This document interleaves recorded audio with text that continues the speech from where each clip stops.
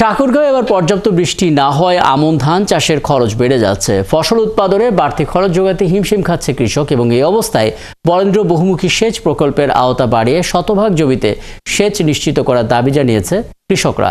ঠাকুরগাঁও প্রতিনিধি তানভীর হাসান তানুর তথ্য এবং ছবিতে প্রতিবেদন। দেশের একদিকে যখন অতিবৃষ্টির বন্যায় ডুবে আছে ফসলের ক্ষেত, তখন উত্তরের জেলার ঠাকুরগাঁওয়ে প্রখর রোদ আর বাতাসে ফসলের মাঠে দোল খাচ্ছে আমন ধানের গাছ। বর্ষাকালেও এবার এই এলাকায় তেমন একটা বৃষ্টি হয়নি। এ কারণে গাছের গোড়া জন্মেছে অতিরিক্ত আগাছা, দেখা দিয়েছে ধান গাছের গোড়া পচা রোগসহ নানা রকম রোগবালাই। এতে আমন চাষাবাদে হিমশিম খাচ্ছে কৃষক।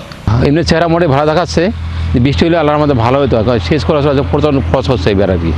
ধানের সমস্যা হচ্ছে পোকামাকড় বেশি হয়, তারপরে এদিকে রোগবালাই বেশি হইতেছে, পচন বেশি আসতেছে, এদিকে ঘাস অনেক বাড়তেছে।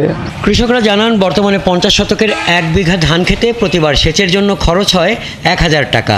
এর সাথে আগাছা পরিষ্কারে শ্রমিকের মজুরি ও পোকা দমনে কীটনাশকের খরচ সহ এবার প্রতি বিঘার বাড়তি খরচ হচ্ছে 8 থেকে 10,000 টাকা। তাই সেচের জন্য বরেন্দ্র বহুমুখী সেচ প্রকল্পের আওতা বাড়ানোর দাবি জানান কৃষকরা। অবশ্য এবার সেচ খরচ খুব একটা বাড়বে না বলে দাবি করেছেন জেলার কৃষি কর্মকর্তা। এরপরও শতভাগ সেচ নিশ্চিত করার চেষ্টার কথা জানান তিনি। বলেন, কৃষকরা স্বচ্ছন্দেই ফসলের পরিচর্যা করতে পারছেন।